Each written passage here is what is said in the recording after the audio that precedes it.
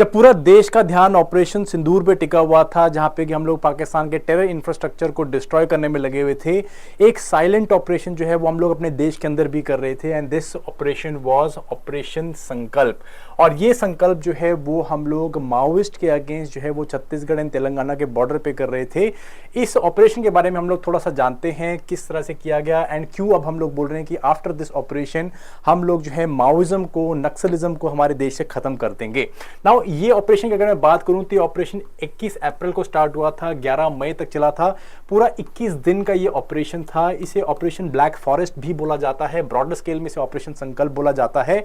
Basically ये conduct किया गया था इन दी केरागुट्टा हिल्स या केरागुट्टालू हिल्स भी बोल देते हैं इसको। ये बेसिकली एक स्टीप हिल्स हैं जो कि अराउंड 60 किलोमीटर लॉन्ग हैं और 5 से 16 किलोमीटर वाइड है, जो कि तेलंगाना के मुलुगु एंड छत्तीसगढ़ के बीजापुर डिस्ट्रिक्ट के बीच में पड़ती हैं। अब ये जो रीजन है, बहुत ही ज्यादा एक्सट्रीम ज्योग्राफिकल टेरेन यहाँ पे देखने को मिलती है। यहाँ पे बहुत ही स्टीप पहाड़ियां हैं, बहुत ही डेंस फॉरेस्ट हैं एंड केव नेटवर्क काफी ज्यादा देखने को मिलता है, which became the perfect hide out for the Maoist. और बहुत सारी यहाँ पे सीनियर माओइस्ट लीडरशिप और जो इनकी एलीट आर्म्ड बटालियन है वो भी यहाँ पे थी। और माना जाता है कि यहाँ पे अराउंड 300 से 400 जो आर्म्ड माओइस्ट कैडर हैं वो यहाँ पे कंटिन्यूसली विजिट करते रहते थे। सो इस चीज को लेकर जो है हम लोगों ने ऑपरेशन चलाया था। ऑब्जेक्टिव एक ही था कि जितने ज्यादा हो सके माओइस्ट की इस जो स्ट्रॉन्ग होल्ड है इसको डिस्ट्रॉय किया जा सके और यहाँ पे जो है इनको डिसलोकेट किया जा सके और माओइस्ट जो लीडरशिप है उसको कहीं ना कहीं फ्रेगमेंट किया जा सके, ताकि इस मुहिम को या इस बेसिकली मिलिटेंट ऑपरेशंस को या इस आप कह सकते हैं माओइस्ट ऑपरेशंस को हम लोग रिड्यूस कर सकें या उसको कमजोर कर सकें। ओवरऑल जो है इस ऑपरेशन के तहत हमारे जो सीआरपीएफ के जवान थे और बहुत सारे लाइक बाकी स्टेट फोर्सेस वो इन्वॉल्व थे इसके अंदर। एंड इसके ऑपरेशन लाइक अभी हमने रिसेंटली से कंक्लूड किया है, इसमें 31 जो माओइस्ट हैं वो मारे गए हैं, जिसमें से कि 16 वुमेन है। एंड ये जो है हम लोग मान रहे हैं कि जो पीपल लिबरेशन गुरिल्ला आर्मी है बटालियन 1, इनकी जो माओइज्म की या माओइस्ट जो ग्रुप है इनकी सबसे एलीट बटालियन में से मानी जाती है। और मोस्टली जो ये अटैक्स हैं वो भी यही बटालियन कंडक्ट करती है। तो इसके जो है काफी ज्यादा लोग मारे गए हैं। इसके अलावा दंडकारण्य स्पेशल जोनल कमेटी के लोग थे इसके अंदर एंड तेलंगाना स्टेट कमेटी के जो है लोग थे। सो बहुत सारे अगेन 31 के आसपास में मारे गए, बाकी जो है इधर उधर हम लोगों ने फ्रेगमेंट कर दिए हैं। ओवरऑल जो है यहाँ पे हम लोगों ने वेपन मैन्युफैक्चरिंग यूनिट्स हैं वो डिस्ट्रॉय करी हैं। ऑलमोस्ट 4 वेपन मैन्युफैक्चरिंग यूनिट देखेगी। सो जो भी लोकल यहाँ पे वेपन्स बन रहे थे वो इस जगह बनाए जाते थे और इनको हम लोगों ने डिस्ट्रॉय किया है। एंड ऑब्वियसली लीडरशिप जो है वो हमने यहाँ पे डिसलोकेट करती है। बेसिकली फॉर्मेशन हमने यहाँ पे स्प्लिंटर करी है, which is basically a very big blow for the Maoist operations. Now अगर मैं बात करूँ यहाँ पे जो फोर्सेस हम लोग के इन्वॉल्व थी, तो ओवरऑल हमारे पास यहाँ पे अराउंड 28,000 पर्सनल जो है वो इंगेज थे, जिसमें कि सीआरपीएफ जो है वो मोर्चा संभाल रही थी। सीआरपीएफ की जो एलीट बटालियन है cobra battalion, commando battalion for resolute action, cobra battalion जो है वो यहाँ पे इंगेज हो रखी थी। इसी के साथ साथ में स्टेट की बहुत सारे यूनिट थी, जैसे कि डिस्ट्रिक्ट रिजर्व गार्ड थे, स्पेशल टास्क फोर्स थी, बस्तर फाइटर्स थे, अगेन एलीट फोर्स है अपने छत्तीसगढ़ की, and state police Chhattisgarh and Telangana की थी। बेसिकली हम लोगों ने क्या कर रखा था, हम लोगों ने इस हिल को चारों तरफ से घेर रखा था एंड हम लोग जो है इस को धीरे धीरे जो भी ऊपर जो नक्सल्स थे उनको हम लोग स्क्वीज कर रहे थे और धीरे धीरे करके ऊपर उठ रहे थे, ऊपर चढ़ रहे थे पहाड़ी पे। और बेसिकली जो नक्सल थे वो हाई वेंटेज पॉइंट पे थे, ऊपर थे। तो बेसिकली हम लोग को ये ऑपरेशन करने में तभी 21 दिन लग गए। धीरे धीरे करके हम लोग ऊपर जा रहे थे एंड बहुत सारी जो है इम्प्रोवाइज्ड एक्सप्लोसिव डिवाइसेज यहाँ पे प्लांट की गई थी, तो उनको जो है हम लोग साथ साथ में रिमूव करते चले थे। सो ये जो है कुछ विजुअल्स हम लोगों ने देखे वहां से निकलते, और बहुत सारा जो है हम लोगों ने यहाँ पे वेपन मैन्युफैक्चरिंग का जो इक्विपमेंट्स होती हैं वो सारी चीजें हमने यहाँ से बरामद करी हैं। नाउ अब इस बेसिकली हिल का क्या स्ट्रेटेजिक सिग्निफिकेंस है, इस ऑपरेशन का ओवरऑल क्या स्ट्रेटेजिक सिग्निफिकेंस है, इसको हम लोग समझते हैं। जो केरागट्टालू हिल्स हैं ये बेसिकली एक यूनिफाइड कमांड था माओइस्ट मिलिट्री का। यहाँ पे जैसे मैंने आपको बताया कि भी इनके एलीट बटालियन यहाँ पे होती थी, टैक्टिकल यूनिट्स यहाँ पे आपको देखने मिलती थी। यहाँ पे ना सिर्फ ट्रेनिंग बट वेपन मैन्युफैक्चरिंग की जाती थी एंड इस करके जो है ये एक बहुत ही स्ट्रैटेजिक पोजीशन बन चुकी थी as far as the Maoist is concern. ठीक है जी। इसके अलावा जैसे मैंने आपको बताया कि 300 से 500 के कुछ आर्म कैडर्स थे वो यहाँ पे अगेन हाउस थे, बिकॉज मैंने बताया कि यहाँ पे बहुत सारे छोटे छोटे केव नेटवर्क्स थे और ये हाइट जो है हिल पे थी, एक्सट्रीम फॉरेस्ट कंडीशंस थी, इस करके एक तरह से ये एक इम्प्रेग्नेबल एरिया था जहाँ पे कि फोर्सेस का पहुंचना बहुत ज़्यादा डिफिकल्ट था। So basically that is Y Maoist believe कि भाई दिस इज़ द एरिया जहाँ पे कि पहुंचना बहुत डिफिकल्ट है, and that is why they had the edge. However this edge is now being destroyed, ठीक है जी। सो इसके अलावा हम लोगों ने यहाँ पे ये जो ऑपरेशन है ओवरऑल, ये जो हमारे होम मिनिस्टर हैं जिन्होंने ऑपरेशन संकल्प लॉन्च किया था, उन्होंने बोला था कि भाई हम लोग जो है मार्च 2026 तक नक्सल फ्री इंडिया बनाएंगे।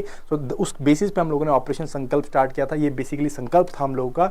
इस चीज़ को जो है लेके हम लोगों ने एक बहुत इंपॉर्टेंट ऑपरेशन ये किया है, एंड जिसे हम लोग ऑपरेशन ब्लैक फॉरेस्ट बोल सकते हैं, ठीक है जी। And basically it is a strategic breakthrough जहाँ पे हमने सीनियर लीडरशिप है उसको डिसलॉज कर दिया है, ठीक है जी।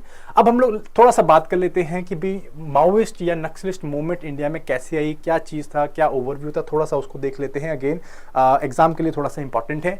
Now as far as Maoist movement is concern, हमारे देश में माओइस्ट मूवमेंट जो है वो basically Marxist Leninist and Maoist ideology से निकल के आती है, ठीक है जी। सो मार्क्स जो है वो क्या बोलते थे, मार्क्स बोलते थे कि भाई जो प्रोलिटेरिएट है, जो वर्कर क्लास है, वो क्या करेगी, वो आर्म्ड रेवोल्यूशन करेगी, एंड बेसिकली इस आर्म्ड रेवोल्यूशन से वो क्या करेगी, जो रूलिंग क्लास है उसे ओवरथ्रो कर देगी, ठीक है जी। सो ये मार्क्सिस्ट विचार थे, और इन मार्क्सिस्ट विचार को जो है हम लोगों ने रशिया में लेनिस्ट जो वी.आई. लेनिन थे उन्होंने इसको जो है और ज़्यादा रिफाइन किया, एंड देन बेसिकली हमने रशियन रेवोल्यूशन देखा और वहाँ पे कम्युनिस्ट जो है मूवमेंट वो आती हुई देखी, ठीक है जी। सो लेनिस्ट जो है वो विचार मार्क्सिस्ट विचारों से थोड़ा रिफाइन होते हैं, एंड देन बेसिकली इसी तरह का जो रेवोल्यूशन है वो चाइना में आता है अंडर माओ जेडोंग, ठीक है जी। माओ जेडोंग जो है जो मार्क्सिस्ट विचार थे या लेनिस्ट विचार थे वो बोलते थे कि इंडस्ट्रियल वर्कर जो है वो आर्म रेवोल्यूशन लेके आएंगे।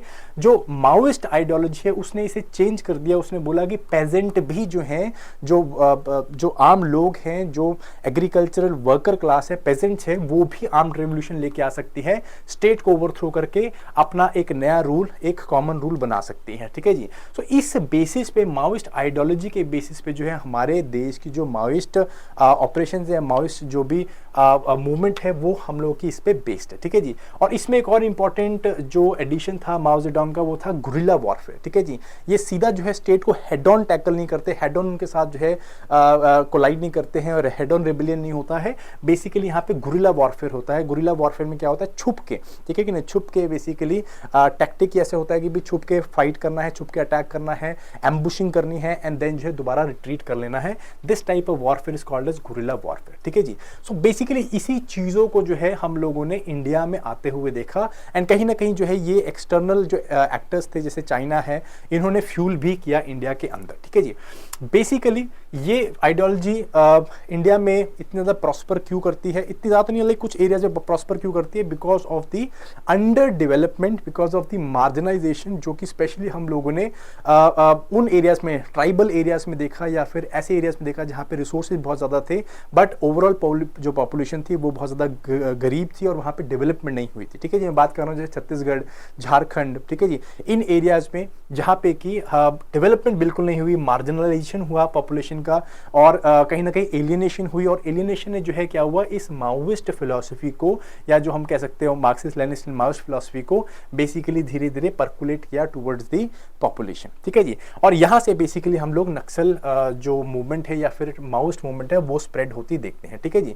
It basically started from West Bengal, but धीरे धीरे करके ये पूरे देश में एक लाइक ऑलमोस्ट 126 डिस्ट्रिक्ट्स में और अराउंड 10 स्टेट्स में जाके फैल जाती है 2010 तक, जिसको अब लोग जो है रेड कॉरिडोर बोलते हैं, और जिसे हमारे जो प्रीवियस प्रधानमंत्री थे डॉक्टर मनमोहन सिंह वो बोलते थे कि the biggest challenge, internal security challenge of India, ठीक है जी।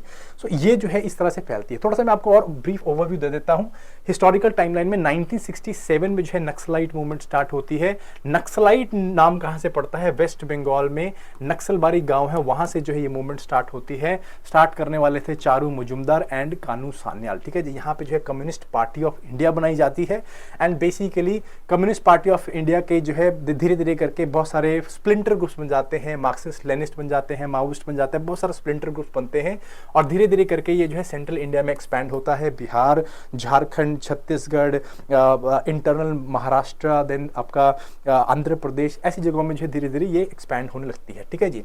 धीरे 2004 तक आते आते क्या होता है कि भी एक बड़ा मोमेंट आता है जो सीपीआई माओइस्ट बनती है, ठीक है, communist party of India Maoist बनती है, जिसको कि people Wars group and Maoist communist centre of India, ये जो दो मेजर पार्टीज होती है, मेजर ऑर्गेनाइजेशन होती हैं माओइज्म की, वो जो है बेसिकली ऐड होके ये सीपीआई माओइस्ट बनाती है, ठीक है जी। और यहाँ से जो है मेजर एस्केलेशन स्टार्ट हो जाता है और हम लोग जो है सीपीआई माओइस्ट को यूएपीए के अंडर जो है इसको बैन कर देते हैं, लाइक यूएपीए एक्ट है हम लोग का, इसके तहत हम लोग इसको बैन कर देते हैं, ठीक है जी। 2006 में जैसे मैंने आपको बताया प्राइम मिनिस्टर मनमोहन सिंह जो है माओइस्ट इंसर्जेंसी को single biggest internal security threat बोलते हैं हमारे देश में। एंड धीरे धीरे करके 2010 तक आते आते ये मूवमेंट एक्सपैंड होती हुई, ये लिटरेचर एक्सपैंड होता हुआ ये जो है एक रेड कॉरिडोर बना देता है, जिसे मैंने आपको बताया टोटल 126 जो है यहाँ पे डिस्ट्रिक्ट मिलते हैं और 10 से आसपास जो है स्टेट देखने मिलते हैं, इंक्लूडिंग छत्तीसगढ़, झारखंड, उड़ीसा, आपका बिहार हो गया, महाराष्ट्र, आंध्र प्रदेश, ठीक है जी।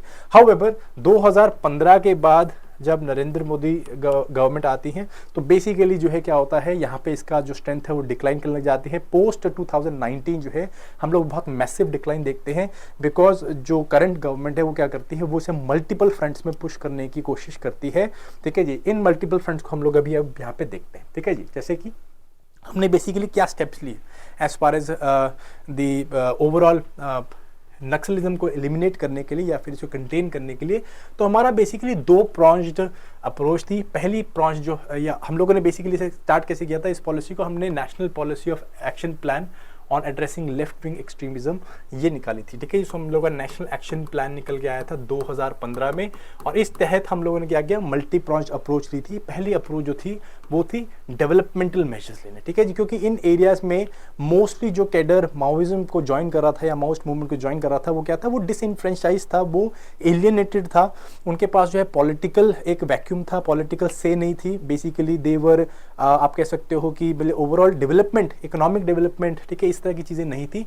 तो इस करके हमने सबसे पहले ये काम स्टार्ट किया, प्रधानमंत्री ग्रामीण सड़क योजना का जो सेकेंड फेज आया था उसमें हम लोगों ने स्पेशली इन 126 डिस्ट्रिक्ट्स में सड़क बनाने का काम किया था। सिमिलरली हमने रोशनी स्कीम जो है वो स्टार्ट करी थी, जहाँ पे कि हम लोग ट्रेनिंग जो यहाँ के रूरल यूथ है, इन एरियाज से जो अफेक्टेड यूथ हैं या इन एरियाज में जहाँ पे माओइस्ट इफेक्ट हो रखा था, तो वहाँ पे हम लोगों ने ट्रेनिंग एंड एम्प्लॉयमेंट अपॉर्चुनिटीज देनी स्टार्ट करी।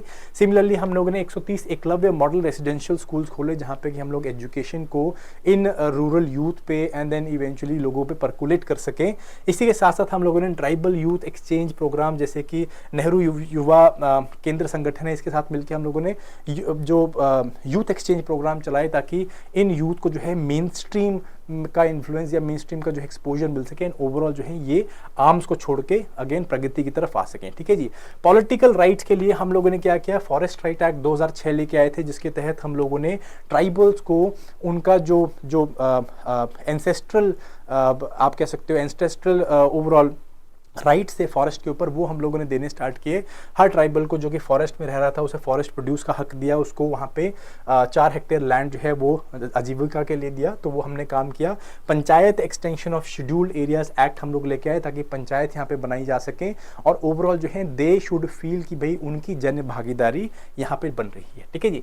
Overall all this things led to one, इससे क्या हुआ कि भाई जो कैडर की रिक्रूटमेंट थी वो बेसिकली डिक्लाइन होने लग गई, एंड जो लिटरेचर था, माउस लिटरेचर था, वो नीचे जो है पर्कुलेट होना लोगों के अंदर कम हो गया, ठीक है जी।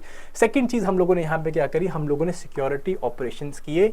यहाँ पे जो है एक फेमस नाम आता है ऑपरेशन ग्रीन हंट, ये हम लोगों ने स्टार्ट किया। दो इसे जो है लेकिन it is not officially called, officially जो है ऑपरेशन ग्रीन हंट नहीं बोलते, इसे बेसिकली मीडिया ने इसे बोल दिया। सो ऑपरेशन ग्रीन हंट के तहत हमने क्या किया, हमने पैरामिलिट्री फोर्सेस को नक्सलाइट प्रेजेंस को एलिमिनेट करने के लिए लगा दिया। इसी टाइम हम लोग जो है सीआरपीएफ की जो कोबरा बटालियन, बस्तर बटालियन हम लोग देखते हैं।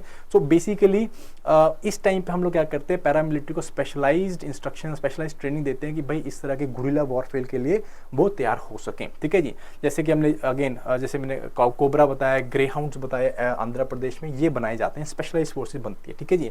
साथ साथ में हम लोग जो है सरेंडर का चांस भी देते हैं, सरेंडर और रिहेबिलिटेशन का चांस भी देते हैं। हम लोगों ने बेसिकली ये ओपनली डिक्लेयर कर रखे, कोई भी नक्सल जो है अगर हथियार जो है वो छोड़ देगा, हथियार जो है छोड़ के सरेंडर कर देगा, तो सरेंडर के तहत जो है उन्हें 1.5 लाख रुपए जो है हम पैसे भी देंगे एंड साथ साथ में हम वोकेशनल ट्रेनिंग देंगे, सोशल री इंटीग्रेशन प्रोग्राम्स में ऐड करेंगे, फाइनेंशियल एड दी जाएगी। वो सारा काम हम लोग ये करते हैं और पिछले कई सालों में बहुत सारे नक्सल जो हैं उन्होंने अपने हथियार जो हैं वो सरेंडर किए हैं and they have returned back to the main stream. ठीक है जी, तो ये हम लोगों ने काम किया है एंड इसी से हम लोग क्या देख रहे हैं कि we have seen the downfall in the violent acts. ठीक है जी, जैसे कि मैं बात करूँ 2010 से जब अपना जो ये नक्सल मूवमेंट थी या इस तरह की इंसर्जेंसी थी वो पीक में थी, उससे 2022 में तो हम लोगों ने ऑलमोस्ट 94% ड्रॉप देखा है सिक्योरिटी फोर्सेस के पर्सनल की डेथ्स में, 90% डिक्लाइन देखा है ओवरऑल डेथ्स में इंक्लूडिंग सिविलियंस, 87% सिविलियंस की डेथ में डिक्लाइन देखा है, 76% जो है लेफ्ट विंग एक्सट्रीमिज्म के वायलेंस इंसिडेंट्स कम हुए हैं एंड ओवरऑल जो डिस्ट्रिक्ट्स हैं वो भी कम हो गए हैं। ठीक है जी, अगर आज की मैं बात करूं तो number of left wing extremism से जो इफेक्टेड डिस्ट्रिक्ट हैं वो 126 से जो है वो 10 स्टेट्स में जो पहले होते थे, मैंने आपको रेड कॉरिडोर बताया था, it has now come down to only 38 districts in 9 states. ठीक है, 9 स्टेट्स में जरूर है, 38 डिस्ट्रिक्ट्स में रह गया है